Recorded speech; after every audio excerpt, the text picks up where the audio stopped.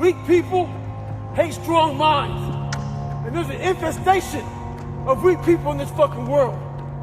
See, you're born with one mouth for a reason. To speak what you believe in. Speak your thoughts. Speak your truth. But what happens is the goal of weak people is to silence you. So what they do to you is to isolate you. The more they isolate you, the more you want to put a fucking you want to sew up your mouth right in the middle. You start speaking out both sides of your mouth. You don't stand for shit. And eventually what happens is, they make you so fucking soft, you become a fucking bobblehead. You start to shaking your head yes, for whatever they fucking want. Speak your truth. Don't be a fucking bobblehead. Stay home. Get the real talk on Patreon. Join us and elevate your mindset. What separates me from a lot of people is they go into a daunting task, and the task is overwhelming. You have to be open-minded to the possibilities that I can do this. Once you shut your mind down to the possibility that it can be achieved, there's no way it can happen. If you're in a fight, you have to attack. You have to keep attacking. The enemy has to know he is not going to give up. You must break the soul of whatever the fuck is in front of you. Devise ways to break a soul of a human being, of an object, of whatever's in front of you. If you keep on attacking something, nothing wants to stand in front of anything that is relentless. Nothing. They tell you how you're supposed to feel. So you are feeling that way. I was like, don't let these motherfuckers tell you how you're supposed to feel.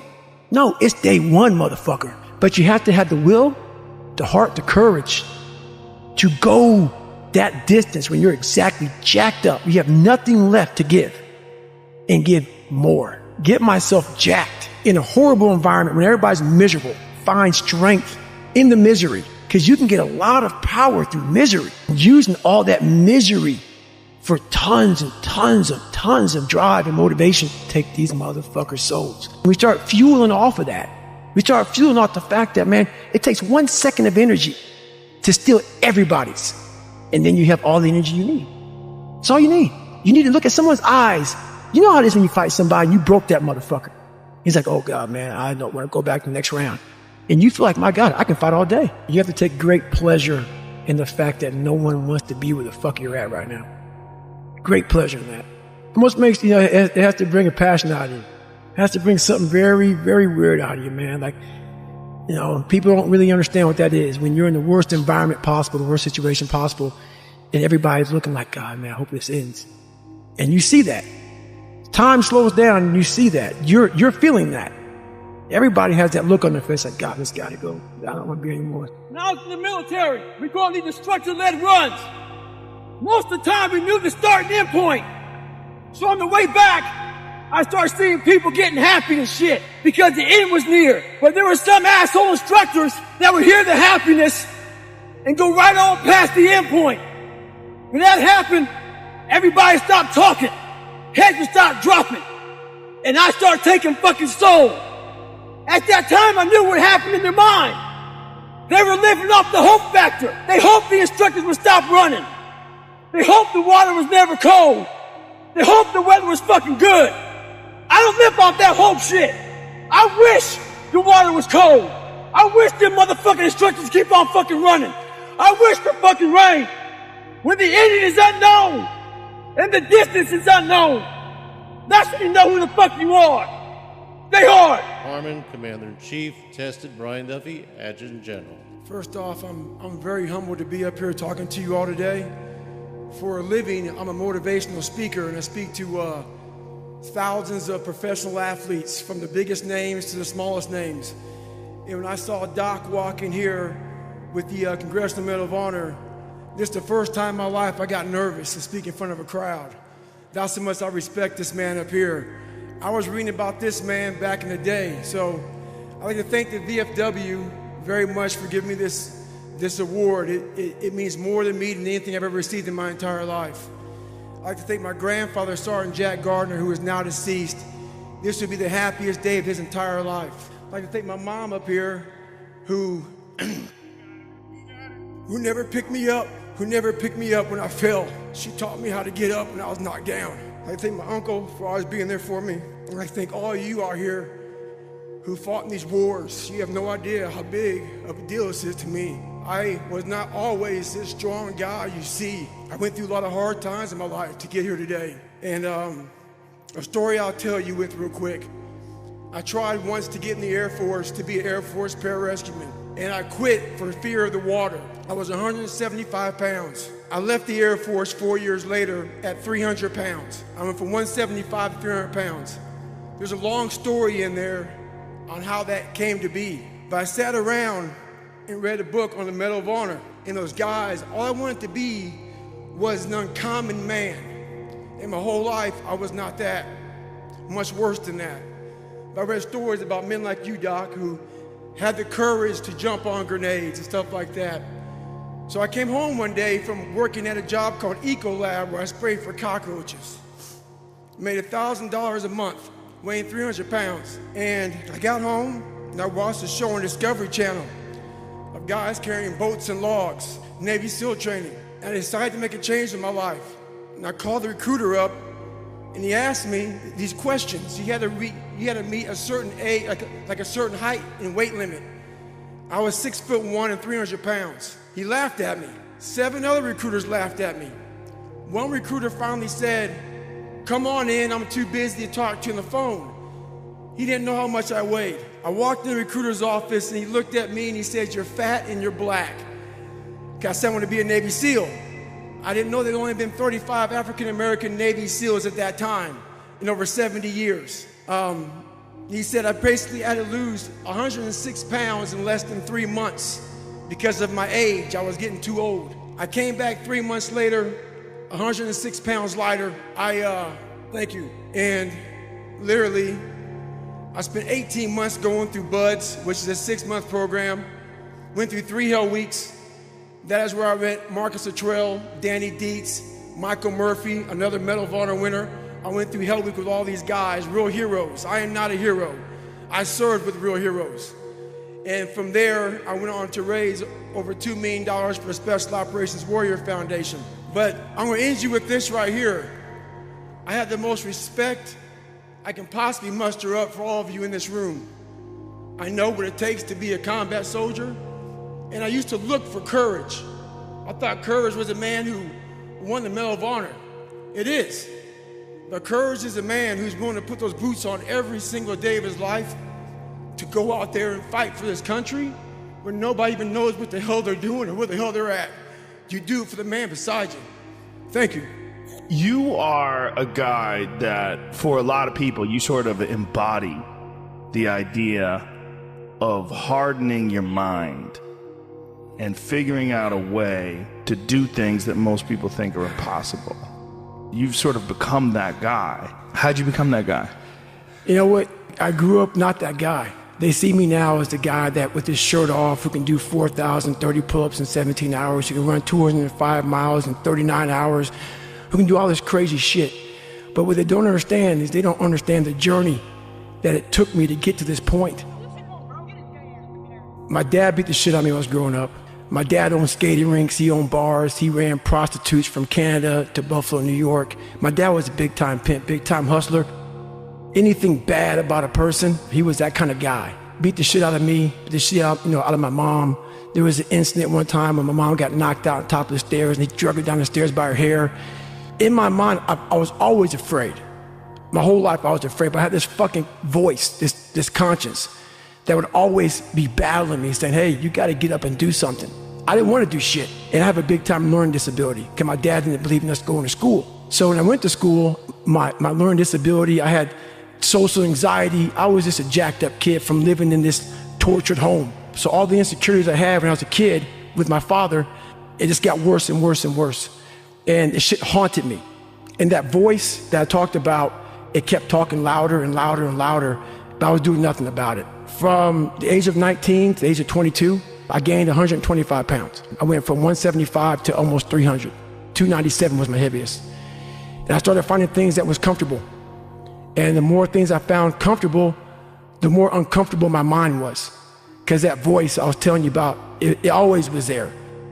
I was just trying to avoid that conscience. I wanted to be left alone from that conscience, and it wouldn't leave me alone. What changed, I watched this Discovery Channel show, Class 224.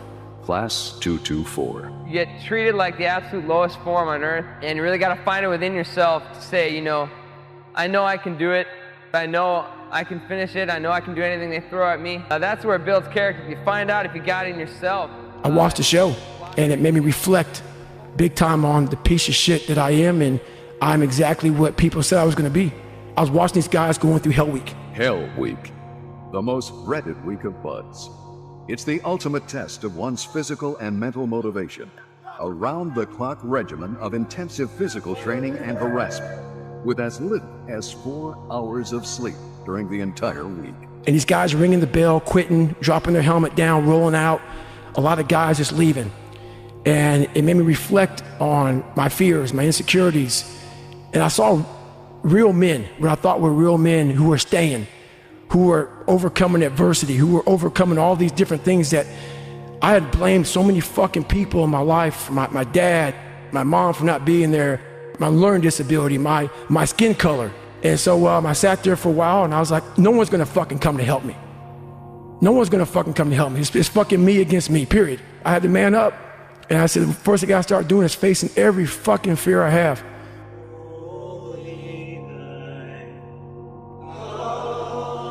So I started calling recruiters up. I said, I'm gonna go be a fucking Navy SEAL.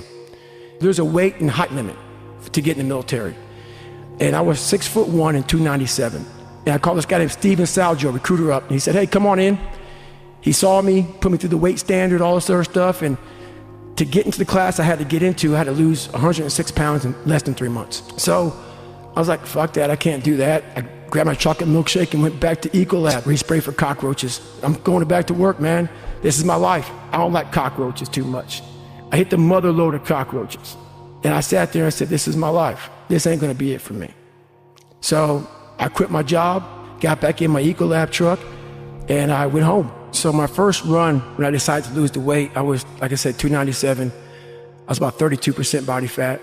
My idea was to run 4 miles for my first run. I didn't know how bad it's gonna fucking hurt me. I used to run before I was fat, and I was like, fuck it, I can do this. I ran a 1/4 mile and walked home. I walked home and sat on my couch and cried. I said, man, I can't fucking do this shit. I don't know what I'm gonna do. And my mind just kept fucking with me.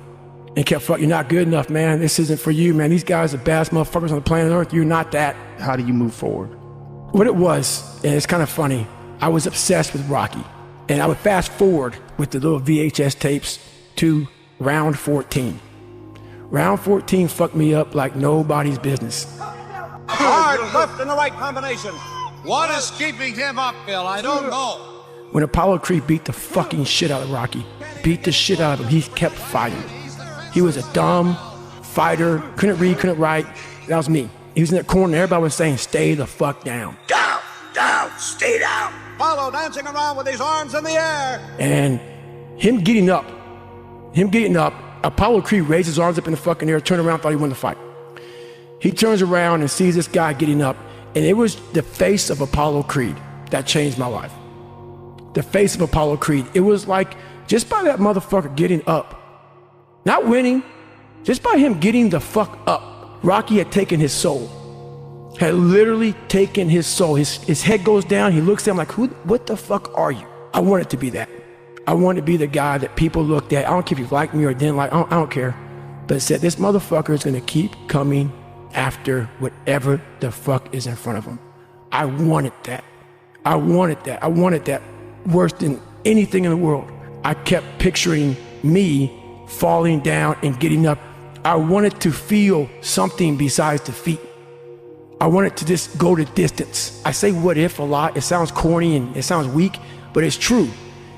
What story would it be if my fucking fat, dumb, insecure ass can overcome this shit? What if I can be a SEAL, man?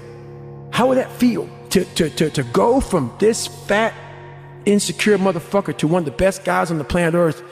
This journey is gonna take something that is gonna be incomprehensible to most people.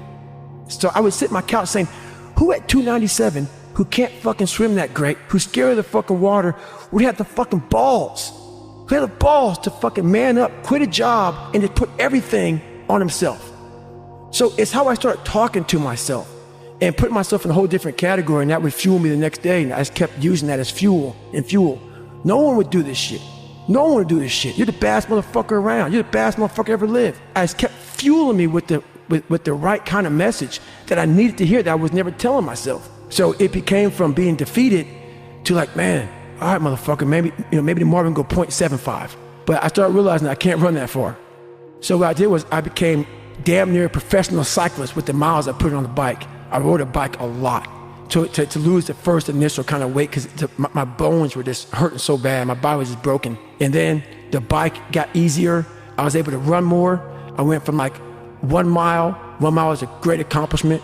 2 miles, and then from 2 to 3 was a big one. Then I went from 3 to 6. They have a warning order that they give people to get ready for buds. And the whole thing was running 6 miles 5 days a week. And that was my goal. I failed, I'll go back to scratch. I use some positive motivation. I have like one day where I'm like fucking defeated. But I started realizing this is part of the process. This is part of the journey versus just saying, like I used to, I'm just not good enough. We always say that shit. I'm just not good enough. And then we try something else. I'm gonna fucking make myself good enough. And that became my mentality. I had to invent a guy that didn't exist. I had to invent a guy that can take any pain, any suffering, any kind of judgment. I had to build this callous mind, and I built it through suffering. I built it through downright fucking just crushing myself. If it was raining outside at 3 o'clock in the fucking morning, if it was snowing, my instinct was, we gotta fucking go out there. Anything that was fucking horrible in my life that I would normally say no, that was inhumane to most people, I had to go do it. And I lost the weight. I went back to recruiter. I got into that class, and I went through 3 Navy SEAL Hell Weeks in 1 year. Only guy to ever be in 3 Hell Weeks in 1 year, to my knowledge. The first one I didn't make it through. The next 2 I did. I didn't stop anymore from there. And I started realizing through this process that the fucking mind is what you created. And I started opening different doors that I didn't think were even there, that I didn't think even existed. And the more doors I opened up, the more I started realizing that my potential is damn near endless. If anybody knows my life story, and I'll try to give you just a snippet of it, to get through where I'm at now, there's nothing but pride I have for myself that I can't really show people. Because I have this face that they see like, are you happy? What's wrong with you? You're missing the story, man. Am I happy? What the fuck do you think? Don't misunderstand the passion in which I speak for not being intensely happy, but I'm not done. No, I have a lot more shit to do. A lot more shit to do. And this NFL football player comes up to me. He goes, Goggins, can I ask you a question? How do you keep that dog mentality? I said, let me ask you a question. When you were younger, what did you want to be? He said, an NFL football player. But once I got there, I lost that dog mentality. He had a finish line in his brain. Guess what? A true dog mentality, I have a dog at home. He never gets full. It's not enough you made to the NFL. It's not enough you ran a 5K, win a 10K. It's not enough you became a doctor, be a better doctor. It's not enough you lost 50 pounds. Go out there and do something with it. Guess what? It's 109 out here, but guess what? It's not enough. Stay hard. Today I was running, and this guy passes me in the car, and it's about 100 degrees out here, 70% humidity. And the guy comes back around and looks at me. He pulls his car by me and says, why are you out here? I said, because you're not. Sometimes your motivation needs to be because no one else wants to do it. We need doctors, we need dentists, we need teachers. We also need savages. This message I do is not for everybody. Someone say that soft bullshit about, do you have sunscreen on? This message is dangerous. It's too hot. I'm not asking you to be like me. Do you? Stay hard. Your minds get softer. We do that shit with everything in life. A lot of you are trying to find inspiration and motivation with a depressed mindset. You don't find inspiration by not living in the grip of life. You need to live in the grip of life to find inspiration. Put challenges in front of yourself. When you put a challenge in front of yourself and you attack it, that's when you find inspiration. Repetition every day. Stay hard. So the other day I got an email from this lady. She said she truly enjoyed my book, but as she read it, she thought I was just crazy. So after she read it, she put the book down and started living her normal life.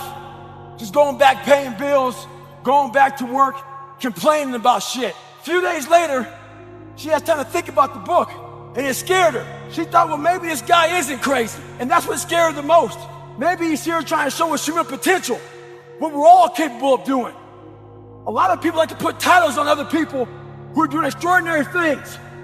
It makes them feel better about themselves. Gives them a get out of jail free card. I'm not crazy, I'm just not like you. In sports, there's a thing out there called load management. A lot of us like to load manage our lives. When you do that, you can find yourself right at normal.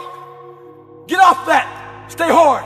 With success in life comes more haters. Don't make them hurt your feelings. Use them for fuel, use them for energy. In times of need, put them on mental Rolodex in your mind. And when you don't want to do shit, roll through your brain. Pull up that person who said you couldn't do something. Weren't fast enough, good enough, smart enough. Use it for energy. Instead of killing them with kindness, torture them with success. In life, we have to continue pushing past the odds.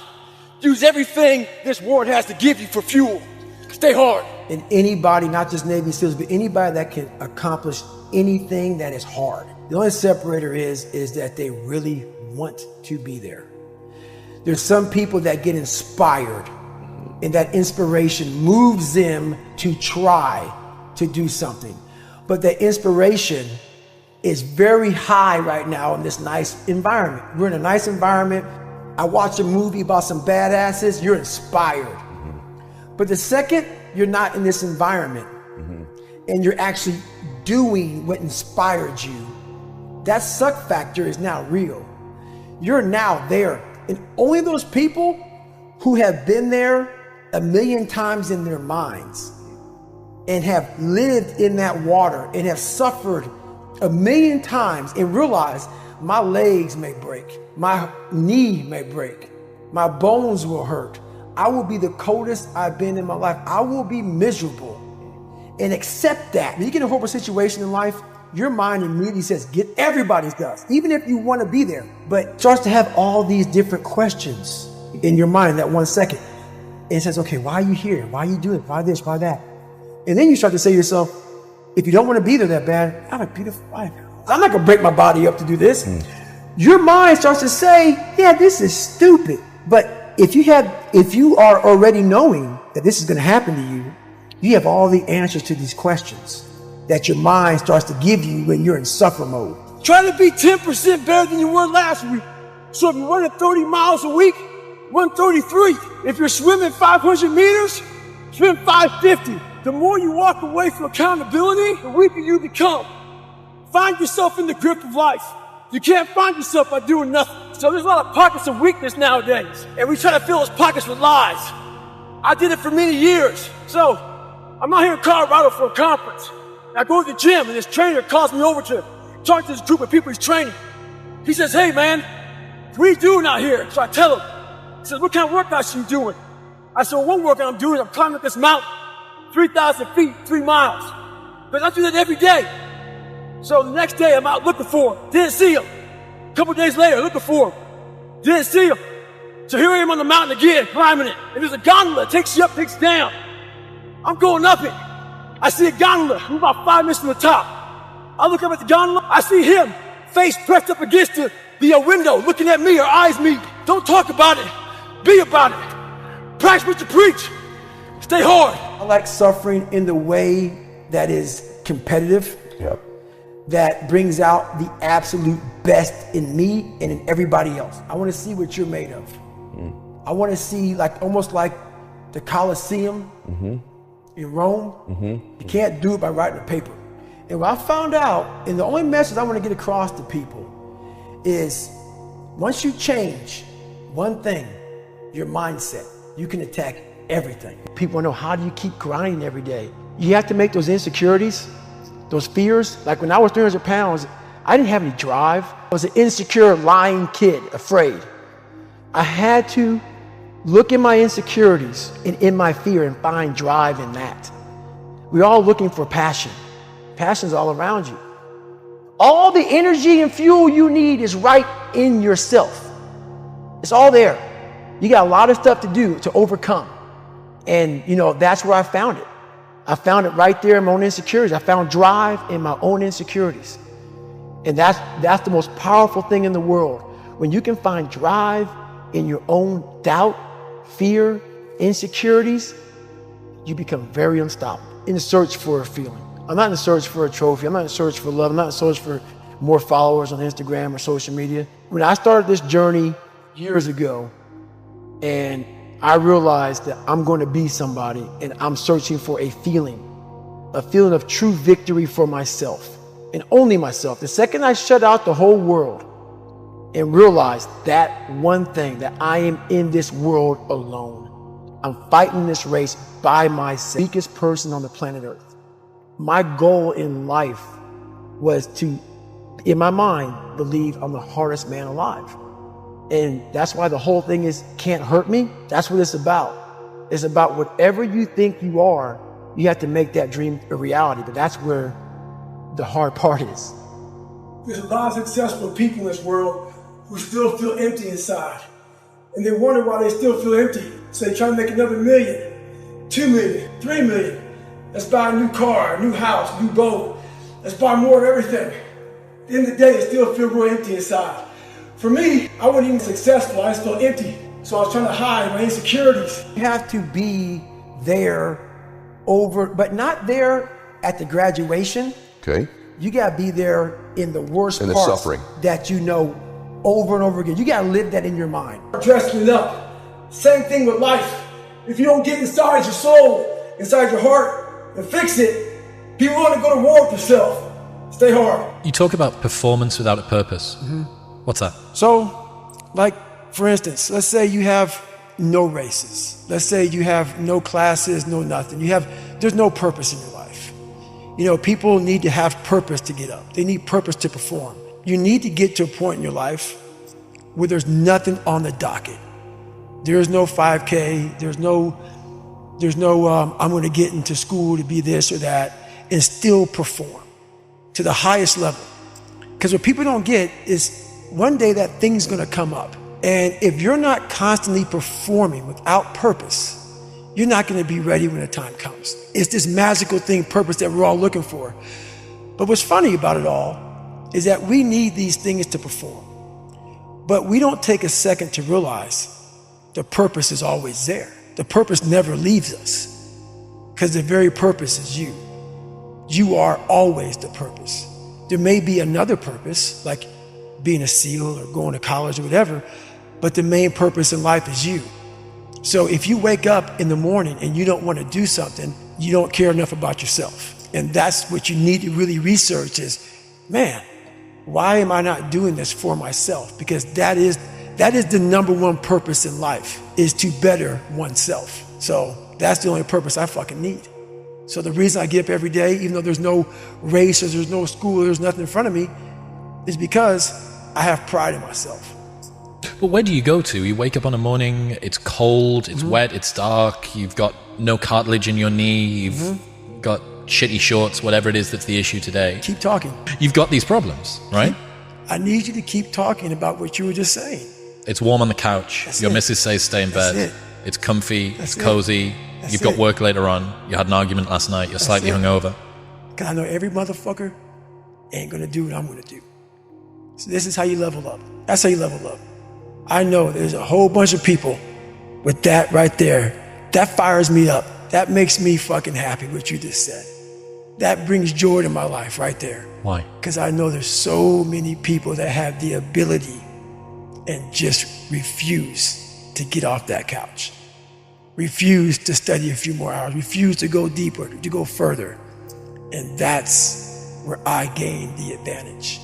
It's so easy to be great nowadays, my friend, because most people are weak. Most people don't want to go to that extra mile. Most people don't want to find that extra because it sucks. It's miserable. It's lonely. You talk about that you were kind of, lonely by yourself. I was the same way. And that used to hurt me growing up. Now I fucking thrive in that shit. That's the only place to be.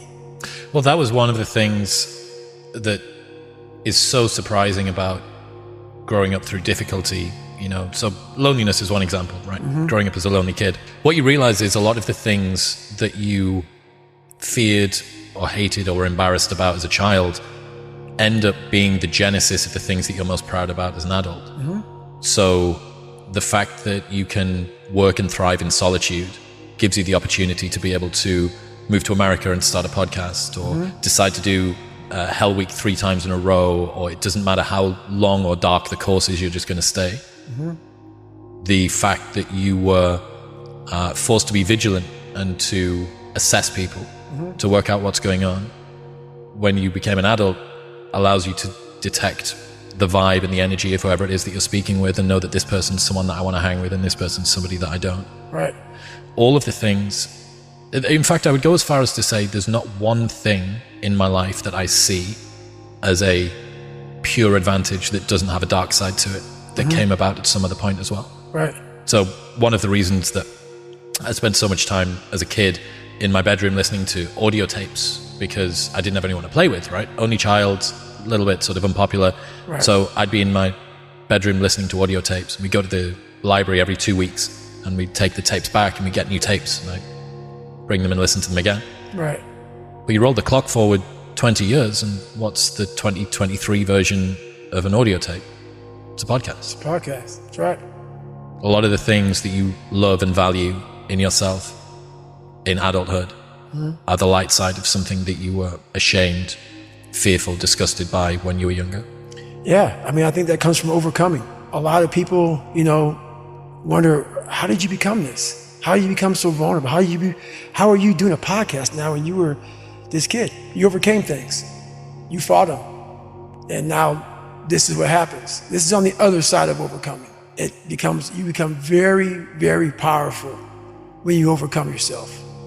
All those things you once cowered from, you were afraid of, when you face them eye to eye every day, you now become a person who has a great podcast. Let's say that there's someone listening who resonates with what you're talking about. You know, they've been through trauma, they've been through hard times, but they keep breaking promises to themselves, and they're struggling to get off the couch, and they're having a pity party. How can they stop feeling sorry for themselves? That's a difficult one, because you have to want it. You have to want to be better. And it starts off with, you have to have pride in yourself. You have to have pride in yourself.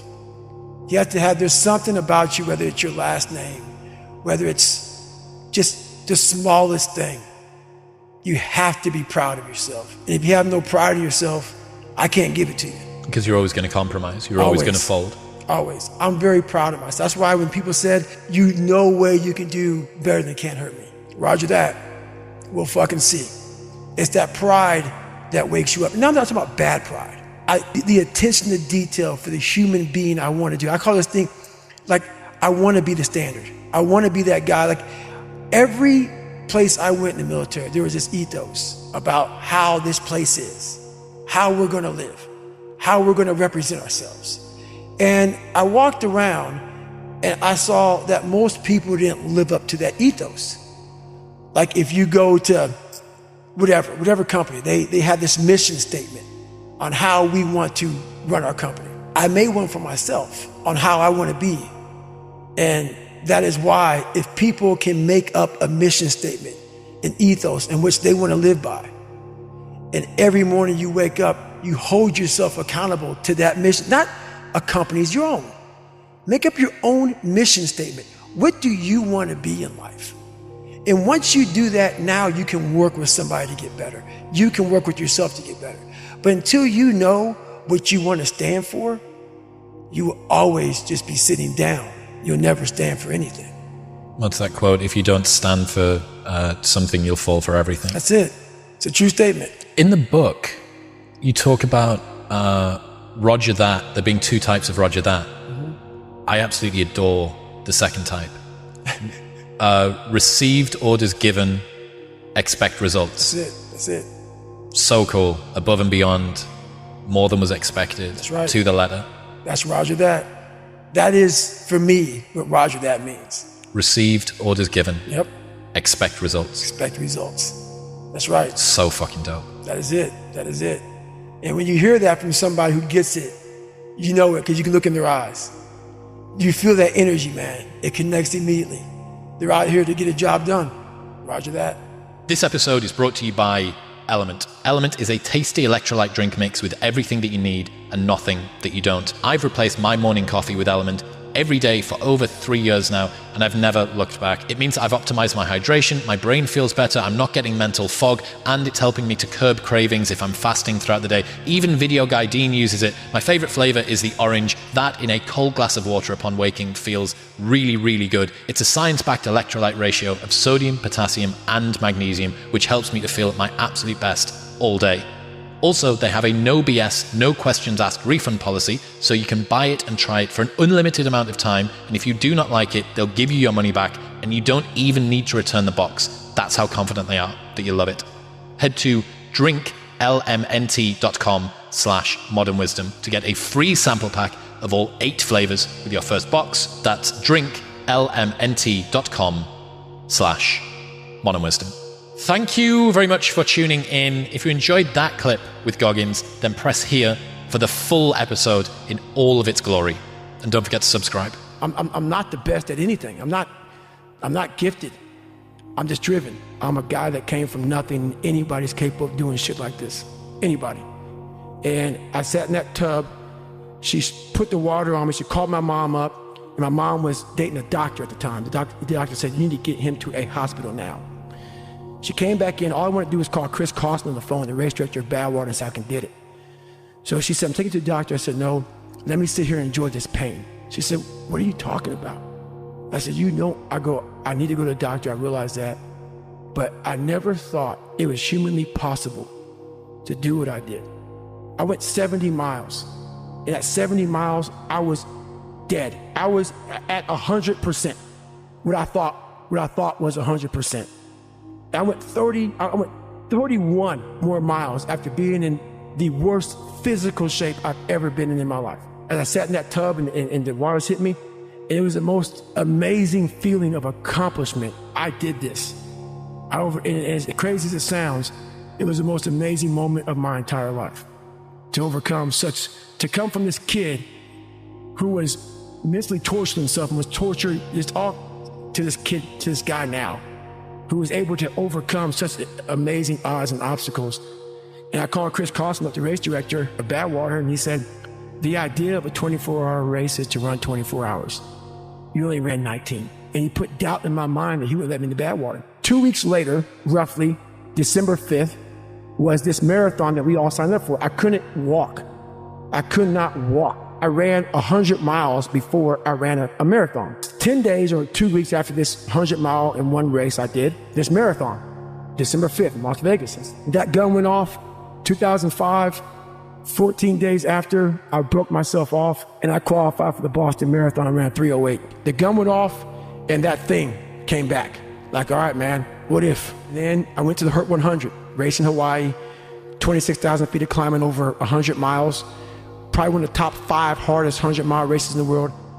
Out there and got through the race. Did it in 33 hours, was the 9th place finisher, and I qualified for Badwater and got in. I went on to lose weight and train hard, and I got 5th my first year and went back my second year and got 3rd. I'm not the best at anything. I'm not gifted. I'm just driven. Out of the 100 men that go into war, 10 shouldn't be there. 80 of them are just targets. 9 do most of the fighting. 1 is a warrior. I saw it going through training. I saw it everywhere I went. There's so many people who just show up to life. There's something about talking to a guy like you that a lot of people hope that you're going to say some magic thing that's going to click in their brain. What you're saying is that you have to do those things. You have to suffer. You have to live in it. You have to be comfortable in it. And then maybe some of that shit will help you a little bit along the way. See me now as the guy that with his shirt off, who can do 4,030 pull-ups in 17 hours, who can run 205 miles in 39 hours, who can do all this crazy shit. But what they don't understand is they don't understand the journey that it took me to get to this point. And what got me to this point was I was just the opposite of what I am today. I was that guy who ran away from absolutely everything that I got in front of me. I wanted to quit so badly, but I quit everything in my life. I copied through school. I wanted to prove people wrong. And so here I am in this Air Force program, starting to get a little more confidence, but this water was kicking my ass. And 6 weeks into the program, the doctor gave me to read about how we can quickly get somewhere. That's why this 6-minute ab is so powerful. You may get some results from it, but they're not permanent. The permanent result comes from you. And I say it all the time. You have to suffer. You have to make that a tattoo on your brain, so when that hard time comes again, you don't forget it. I'm trying to find more of myself, to find out I'm on a journey of life, and we all have a different journey. I like to take this 4-lane highway, the easy highway. We all love that 4-lane highway. We always step over the shovel. That shovel, I made my own path. But going through this path of life, this journey over here that you make yourself, that's incredibly difficult, and we're afraid. It's easier to accept the fact that I'm just not good enough. You have to go into those dark chambers that we often shut off, and you got to open them up. There's not some easy lit up street-like path with nice smooth roads. That's right. Fail, and you're going to be in your head. You're going to be saying, I'm not good enough. And it's how you get through that. It's how you get through that on a daily basis, when that thing is saying, man, I'm 43, I've done so much. You start to become civilized. The refrigerator gets full, civilized. You want to be uncommon amongst uncommon people, period. You start putting yourself in situations that suck, you'll find yourself. I'm big on being with yourself. I want to be forever proud of who I was as a man and change who I used to be. The liar, the insecure guy, the guy who can, whatever. I want to be proud. If I die now, if I die at 80, if I die at 90, 100, I want to look at myself and say, proud of myself. I believe in patience. I'm a patient dude. I can watch a piece of grass grow for 20 years because I know that this is how you get somewhere in life. By being that monk-like mentality, being able to, I was, like I said, 297. I was about 32% body fat. And my idea was to run 4 miles for my first run. I ran a quarter mile and walked home. I walked home and sat on my couch and cried. I sat down and I gave up. You start out on the first day, and then do you start running again the second day? Yeah, the second day I went right back after it again. But I started realizing I can't run that far. Right. So what I did was I became damn near a professional cyclist with the miles I put on the bike. I go to the gym, and I developed this crazy workout where I was doing volume, like 200-300 reps. And I spent hours in the pool. I had to live in the water. The bike got easier. I was able to run more. I went from like 1 mile. 1 mile was a great accomplishment.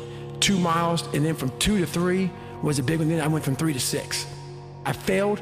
I go back to scratch. But I started realizing this is part of the process. This is part of the journey. I'm just not good enough. I'm gonna make myself good enough. When we have bad times in life, even the hardest person in the world, we forget how badass we are during that hard time. I have a thing where I take a couple seconds to reflect on, hang on, man, you've been through this, you've been through that, you overcame this, overcame that.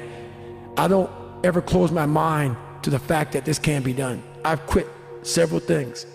I know what's on the back end of quitting. I wanted to be a man that detests mediocrity. I started callousing my mind at this point in my life. I lost the weight and I went back to recruiter. I got into that class. I went through 3 Navy SEAL Hell Weeks in 1 year. Only guy to ever be in 3 Hell Weeks in 1 year, to my knowledge. The first one I didn't make it through, the next 2 I did. And I started opening different doors that I didn't think were even there, that I didn't think even existed. And the more doors I opened up, the more I started realizing that my potential is damn near endless. I wanted to feel something besides defeat.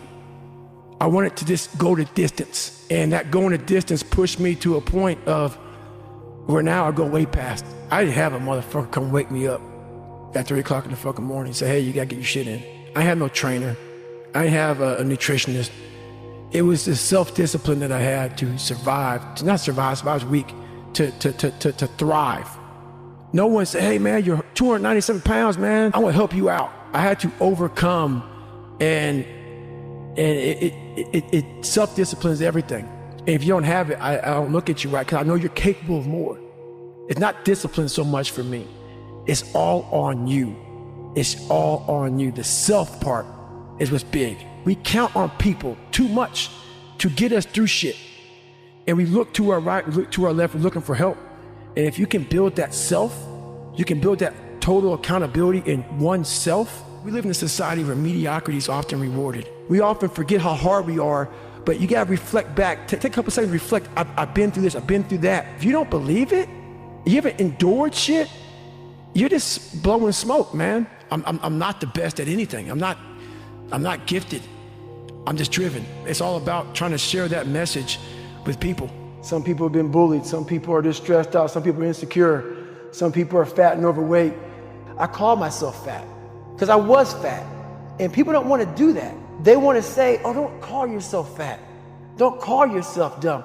If you're not real and raw with who the fuck you are, nothing's going to change. And in this nice new world that we live in, we want to hear, you're just a little big.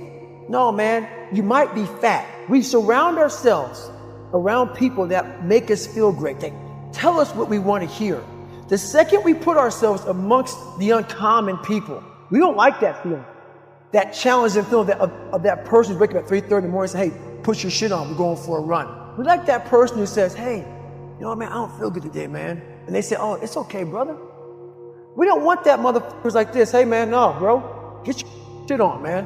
Stop being a punk. This is all about the quitting mind. So what's the quitting mind? So let's say it's day one of a job interview. We all know what it feels like.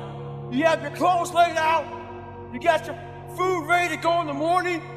You've been preparing for weeks and weeks and weeks. You show up and you bring your best self. You get the job. Merry Christmas. All right. After a couple months, you start showing up to work a little later. You don't look as good.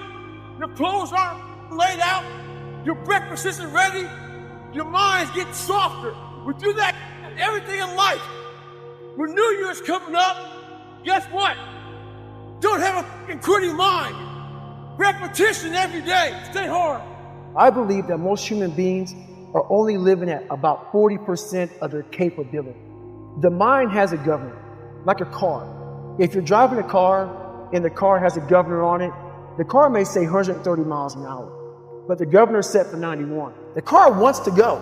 The car wants to go, but that factory said, we're not going past 91. We have a factory, a nice governor in our brain, and it's the survival mechanism. It protects us from pain and suffering. At all times of your life, the mind has a tactical advantage over you. Why is that? It knows that you're afraid of. It knows your insecurities. It knows your deep, dark lies. And it starts to push you away from that. It pushes you in a direction that is comfortable. The mind controls everything. You get to 40%, your brain says, we're done. Let's roll, man. This is starting to get painful. This is uncomfortable. So you sit down. You have to figure out ways, and everybody's different. That's how the book kind of talks about, like we all have these things about, 5 steps to this and 4 steps to this. It's a lot more than that. That's all bullshit. It's a practice that you have to, it's a habit. So if you know that at 40%, I'm feeling pain. At 40%, I'm feeling pain. That's where the 40% rule kicks in. Now it starts. Okay, I'm feeling pain. My mind's saying, fall to me. It's saying, get out of here, run, flee. The fight or flight kicks in. Okay, we're done. We're not good enough. It starts telling you all these things. You start to believe it because the mind controls all. This is the time where you have to gain control back of your mind. It's okay. Let me see if I can go 45%. And once you start giving yourself more and more hope and start realizing, okay, the mind starts to be, okay, what are you doing? We're supposed to be going right and you're going left. You start then controlling your mind. Start finding more in yourself. And then it goes from 40% to a lot further than that. But that's the start of it though. Get to the spot where your mind is saying stop. Wherever that is, you gotta get there first. And then that's when that starts to work for you. You gotta control yourself in that moment. Well, at that time of year again, we start to feel real happy. Why? Because we're not going to work. If you believe in Santa Claus and you celebrate Christmas, you're looking forward to Santa Claus coming down the chimney, giving you some presents. It's a real good time of year. So in that good time of year, we start to feel real good about ourselves. Start to feel great. So we start making promises to ourselves about, hey, I'm going to lose some weight. I'm going to do better in school. I'm going to be better here, be better there. But guess what happens? The real Merry Christmas happens when all of that noise is gone. It's quiet. And it's you against you. And now all those endorphins are gone. And I promise you made about getting up early and getting after it to go lose weight, study harder, guess what? It's a lot harder now. That repetition becomes a lot harder now. So a lot of us can't do things on our own. So find somebody in your life. So when you throw that towel in, they throw that motherfucker back at you and say you're not done yet. How are you going to feel, man, when you accomplish this goal coming from the fucking hell you came from? A lot of people start from a good starting point. They have a good foundation. What if you can surpass all of these motherfuckers? Everybody who was way up here started up here. And you started with no legs. You had to grow fucking legs. to even start walking, and then crawling, and then running. And then you start passing people with all this given to them. This might be exactly what I need. The darkness is exactly what I need. It's how you look at your situation. It's 44 degrees and it's nice and rainy outside, but no one cares about that. It's not about the rain. It's what the rain represents. Life is always giving you a test, trying to give you a way out, trying to give you an excuse not to show up. People have this reoccurring nightmare that there's something, some force that's got a hold of them and it's holding them down and they can't break free. No matter what they do, they can't break free from that force. Well, I'm here to tell you that that thing in your nightmare, that thing that's holding you back, that thing that's dragging you down, that thing is you. Go out there and start fucking walking. Put some shoes on, start running. Go to the gym, do the elliptical trainer. It's not rocket science. A lot of folks talk about overtraining. You gotta train first before you can overtrain. Sometimes you wake up in the morning time and you're sore and you feel like you're overtrained. No, you got sore fucking legs. Get out of your own head and stop overthinking it. Stay hard. I don't care how small it is.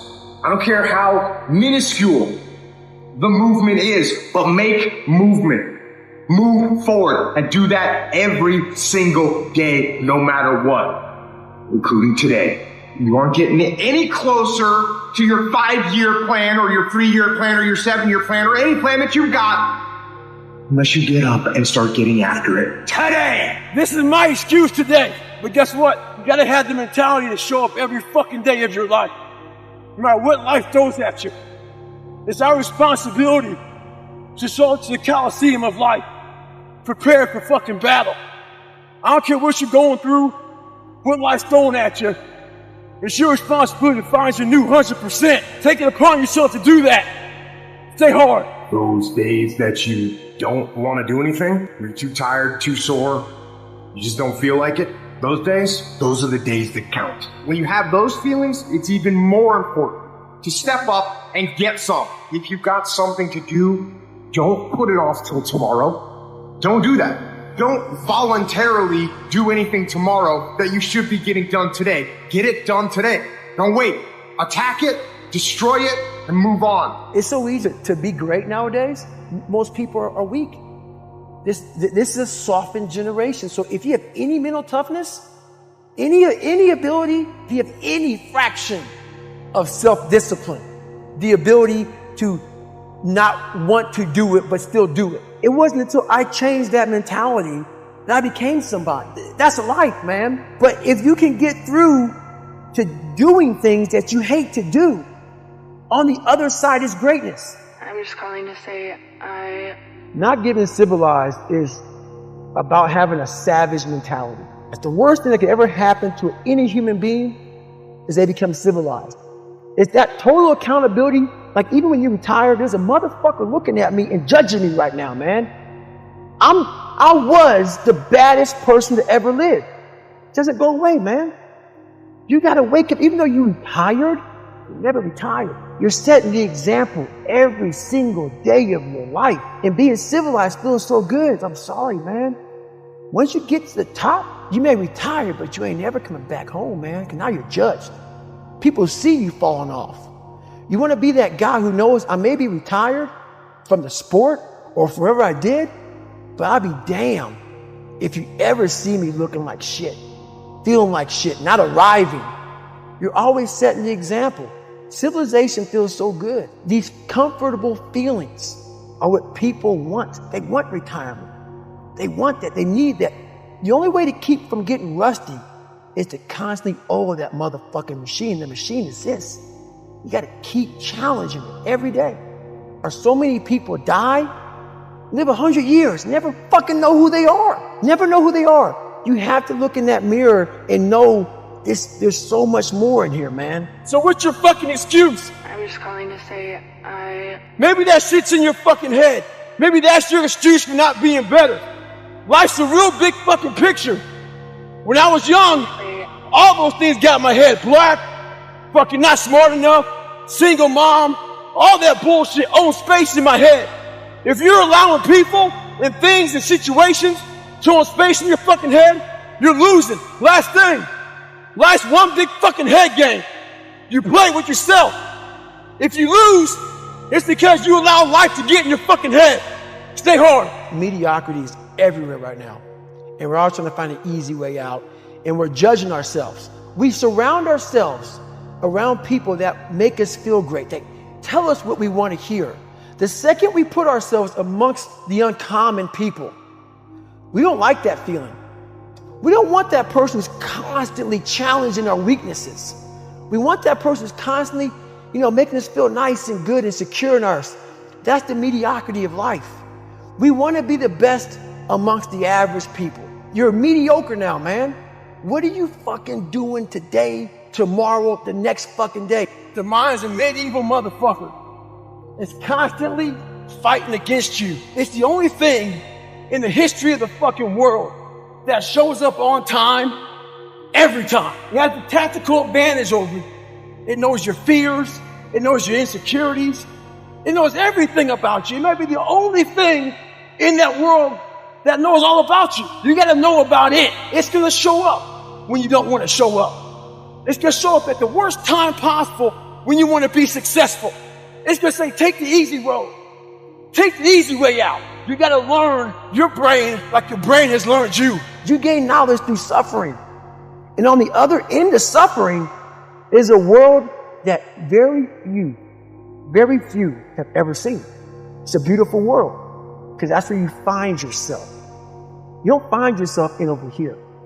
You find yourself on the other end. The permanent result comes from you I say it all the time, you have to suffer. You have to make that a tattoo on your fucking brain. So when that hard time comes again, you don't forget it. We often forget how hard we are, but you got to reflect back. Take a couple seconds to reflect. I've been through this. I've been through that. And then remind yourself, I'm a bad motherfucker. And then you can get through that shit. But if you don't believe it, you haven't endured shit, you're just blowing smoke, man. I'm constantly callousing over my victim's mentality that I once had growing up. Every day you have to do this shit. Because why? When you stop doing it, you don't just maintain it. If you stop shooting a gun, you're not going to be a great shot when you pick a gun up a year from now. The only way to keep from getting rusty is to constantly oil that motherfucking machine. The machine exists. You got to keep challenging it every day. It's a hard journey. It's a real journey. It's a journey that's going to take you way outside of being comfortable. You got to go into that fucking hellhole of life that you have that fucked you up and fix it. You got the little voices in your head, and you know what they're saying? They're saying, it's okay. You've done enough. Take a little rest. It's fine. You can take the day off. You don't need to go hard. That's what those little voices are saying. But you've got another voice in your head that's asking you a question. It's asking you, what could you be? What could you be? What could you be if you worked as hard as you could? What could you be if you imposed real discipline in your life? What could you be? I said you crank up the volume on that voice. Crank up the volume on that question. Max it out. Make the decision. Yes or no.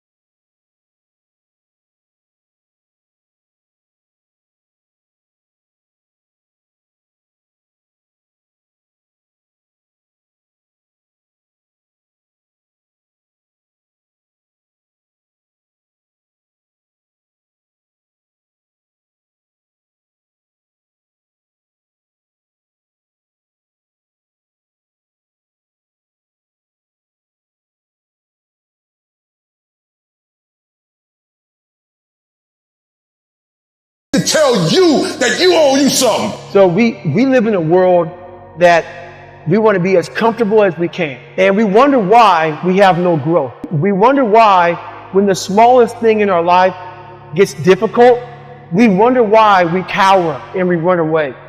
Because we are kind of living our whole life is set up that way. Our whole life is set up in the path of least resistance. We don't want to suffer.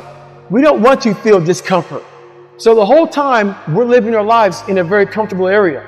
There's no growth in that. You will never learn from people if we always tap dance around the truth. Stop rationalizing. Stop making excuses. Stop giving yourself little watered down assessments of where you're really at. Tell yourself the truth. Are you making yourself better? Or are you making yourself worse?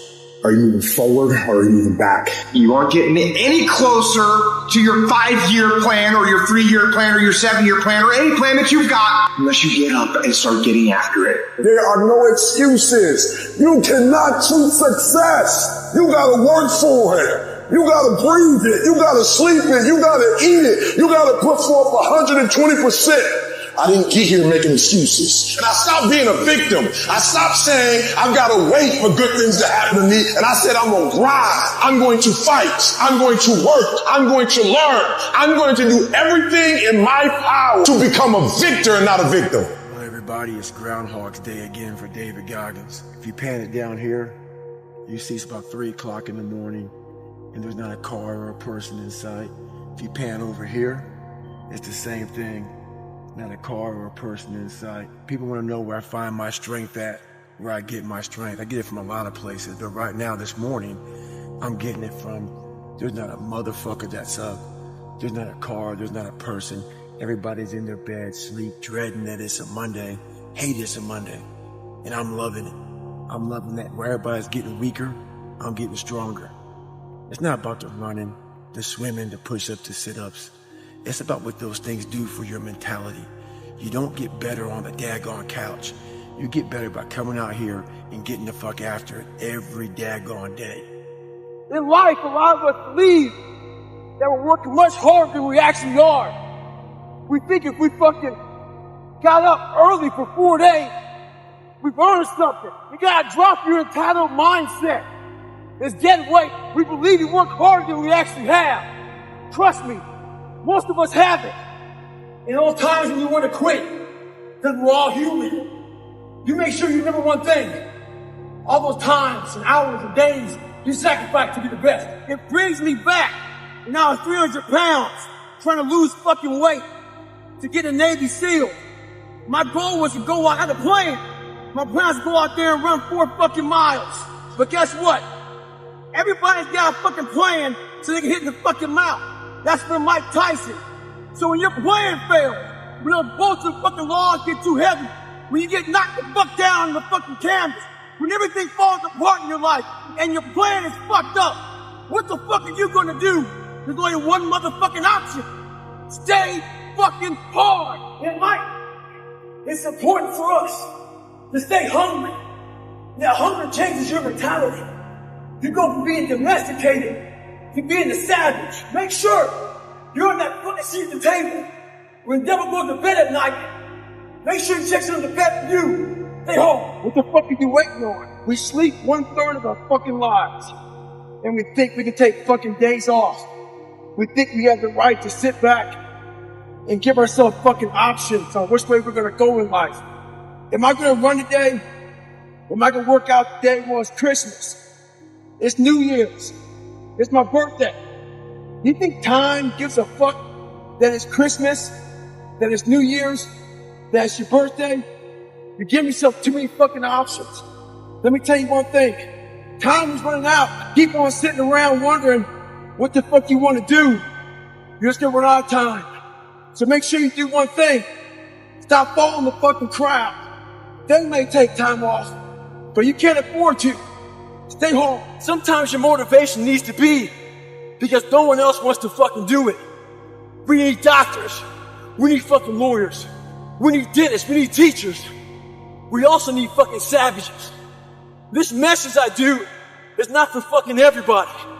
Someone say that soft bullshit about Do you have sunscreen on? This message is dangerous. It's too hot. I'm not asking you to fucking be like me. Do you? There's two kind of mindsets. One mindset's a brittle mindset. And that brittle mindset gives you all these fucking ways out.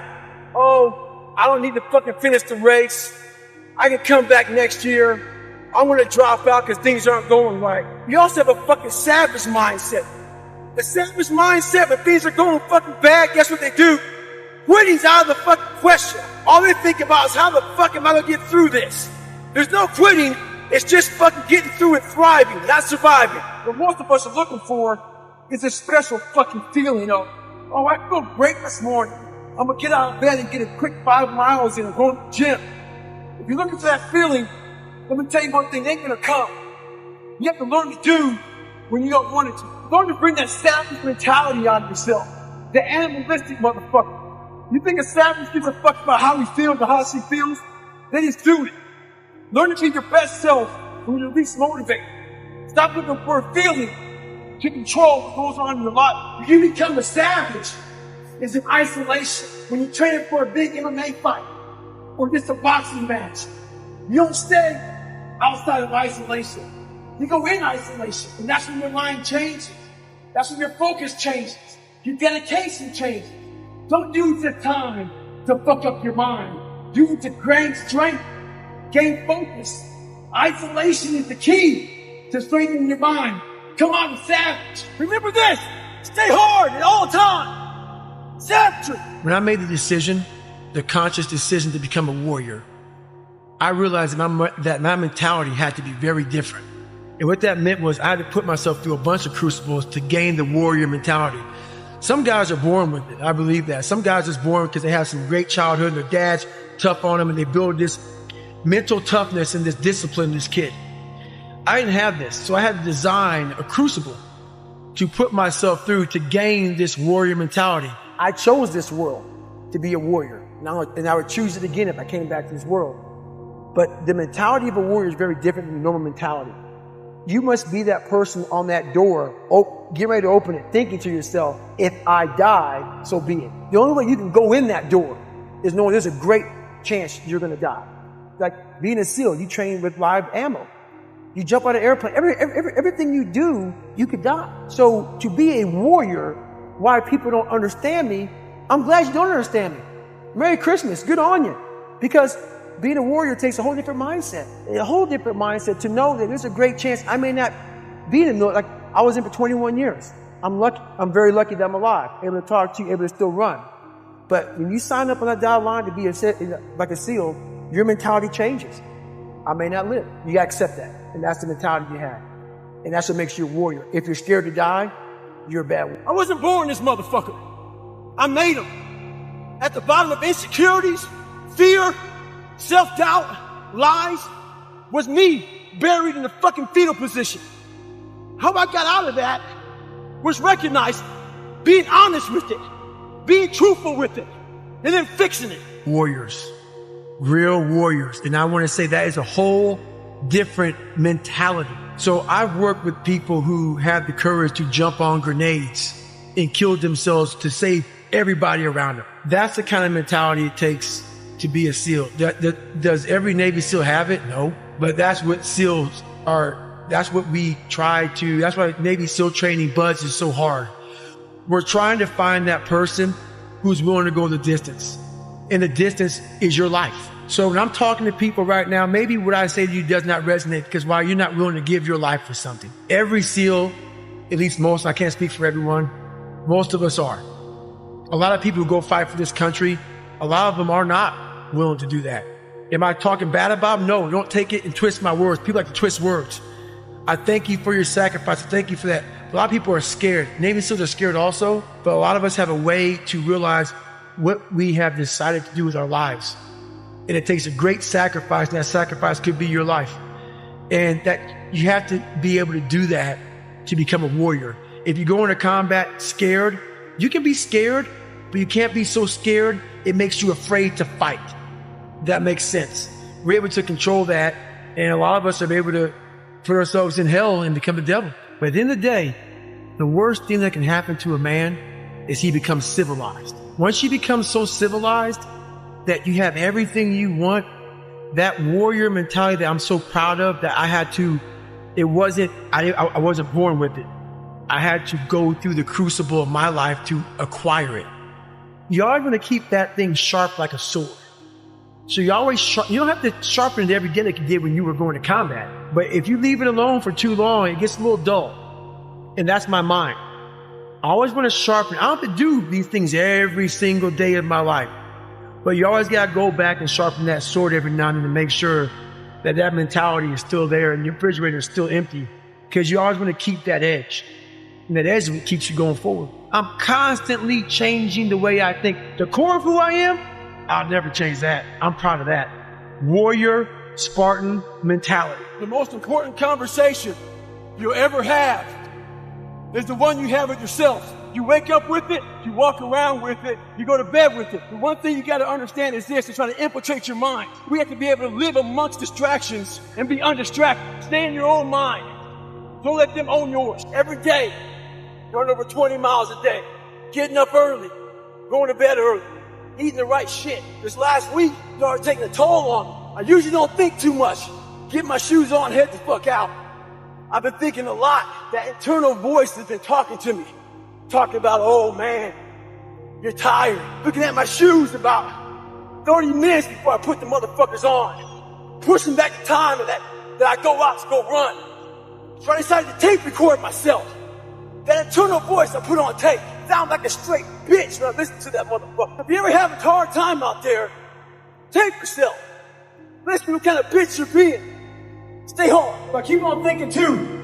There's always someone out there working harder than you. I'm haunted by that motherfucker. Knowing that there's someone out there that's willing to forgo personal desires and comforts. Forgo sleep. Forgo whatever it takes to be better. To be the best. In life, a lot of times, a lot of us have that person out there. There may not be a name or a face to him, but he exists. You make sure in life when they think about that person, you make sure they put a name and face to it. You make sure the name and face is yours. One thing about life is that people in life, they are the ultimate puppet masters. They exploit your weakness and they love to walk you around life and own space in your head. One of the biggest ways to cut those strings and walk on your own 2 fucking feet to your own destination in life is to build self-respect, self-esteem, self-discipline, all those things. Stay hard is not just about going to the fucking gym. Stay hard is about going that extra step when you fucking can. That's what builds self-esteem and self-respect. With success in life comes more haters. Don't make them hurt your feelings. Use them for fuel. Use them for energy. In times of need, put them on the fucking mental Rolodex in your mind. And when you don't want to do shit, roll through your brain. Pull up that motherfucker that you need. That person who said you couldn't do something. Weren't fast enough, good enough, smart enough, where the fuck it may be. Use it for energy. Instead of killing them with kindness, torch them with fucking success. In life, you have to continue pushing past the odds. Use everything this world has to give you for fuel. Stay hard. Anytime you move from being normal to trying to be exceptional, people aren't gonna like that shit. Those normal people, it makes them feel like shit, so they're gonna judge you. And nowadays, it's very easy to be a fucking coward. Why? We got Instagram and shit. Most folks don't tell you to your face. They go online. They post about it like cowards. Don't let cowards get in your fucking head. Make sure you do you. Stay hard. I'd rather you hate me and get better than like me and stay the same. Maybe you were a victim of being called fat growing up. Folks make fun of you and shit. Maybe you weren't the smartest motherfucker in school and people came at you for that shit. I'm gonna tell you right now, there's great power in adversity. If you're a victim of any kind, make sure you use that shit to become successful. Don't look for revenge. Look for the fucking wreckage. And I guarantee you, all those people who fucked you growing up, you might just be the wrong. They'll come looking for a fucking favor. And when they do, you got an option to say okay, or do what I do, and say go fuck yourself. Ha! Beware of one thing, motherfuckers. Spit in the wind, that shit comes back in your face. Stay hard. Get the real talk on Patreon. Join us and elevate your mindset.